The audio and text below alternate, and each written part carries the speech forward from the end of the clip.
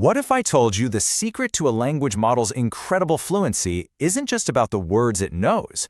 What if it's actually about a tiny, smooth mathematical curve running millions of times a second? Welcome to Yurix AI. This is Lecture 21 of LLMs from scratch, zero to builder. Today, our goal is super clear. We're going to master the math and the PyTorch code behind the GELU activation function and feed-forward networks. Okay, let's dive into this roadmap. First up is Section 1, the GELU activation function. Then Section 2, why we use GELU instead of ReLU. Section 3 is coding the GELU class. Section 4 covers the feed-forward architecture. Section 5 is coding that feed-forward class. And finally, Section 6 explores why the feed-forward network actually helps. All right, Section 1, the GELU activation function. Let's look at the micro-level math. So let's define an activation function right off the bat for those who are newer to this. It's basically a mathematical equation that decides if a neuron's input should actually be passed along. If we didn't have this, our neural network would just be doing basic linear transformations. It wouldn't be able to learn the complex stuff. And GELU?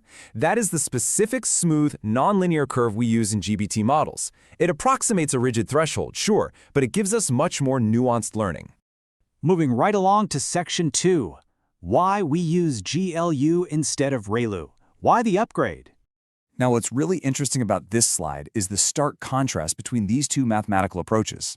Over on the left, we've got ReLU. It's piecewise linear, meaning it has a super sharp corner right at 0. It outputs exactly 0 for literally any negative input. It's a hard cutoff. But on the right, look at GELU. It's this incredibly smooth nonlinear curve. Instead of a dead stop, it has a non-zero gradient for negatives.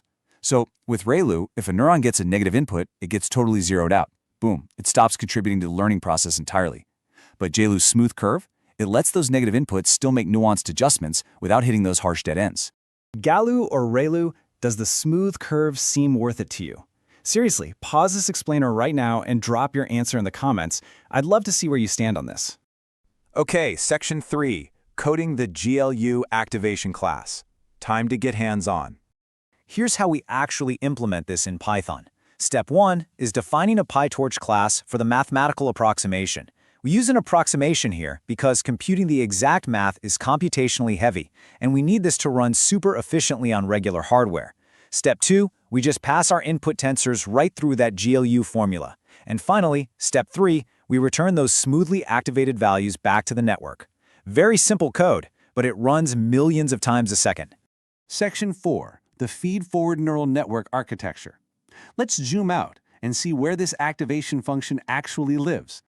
So, what is a feed-forward network? Simply put, it's a small neural network module right inside the transformer that explores a richer representation space for each token. Think of it as a dedicated little space where individual tokens get processed on their own. Let's move to and see how this builds a complete architecture. The feed-forward network basically does three things. It expands the embedding dimension into a massively higher space, applies the nonlinear GELU activation while it's in that space, and then contracts it right back down to the original uniform dimension. Expand, activate, contract. It's such a brilliant design because by keeping the input and output dimensions the exact same, we can stack these layers on top of each other all day long. All right, Section 5, coding the feed-forward network class. Let's check out the PyTorch code. And this brilliantly illustrates just how modular deep learning code really is. Step 1, you literally just add a linear layer to expand that embedding dimension. Step 2, you apply the GELU activation function we made earlier. Step 3, you add a second linear layer to contract the dimension back down. It's just 3 exact components stacked together to create a profoundly powerful learning engine. Finally, Section 6, why the feed-forward network helps. Let's tie all of this together. I love this everyday analogy. Think of self-attention as the town hall meeting. Everyone's looking at each other and sharing information. But the feed-forward network is when each token goes back to its own desk to deeply process what it learned. They gather context in the meeting, but the real deep thinking happens privately back at the desk. So the crucial point is this standout idea. The feed-forward network is where each token processes what it gathered, and GELU is the smooth activation that powers it. If that just clicked, hit the like button.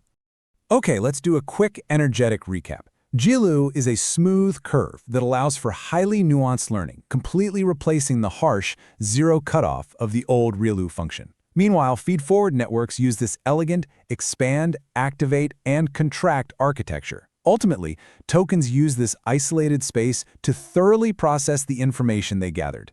So think about this. If a simple, smooth mathematical curve is what unlocks the crazy fluency of today's massive AI brains, what other tiny mathematical tweaks are hiding in plain sight, just waiting to spark the next big generation of language models? Like, share, subscribe to Yurix AI for a new lecture every day. Hit the bell.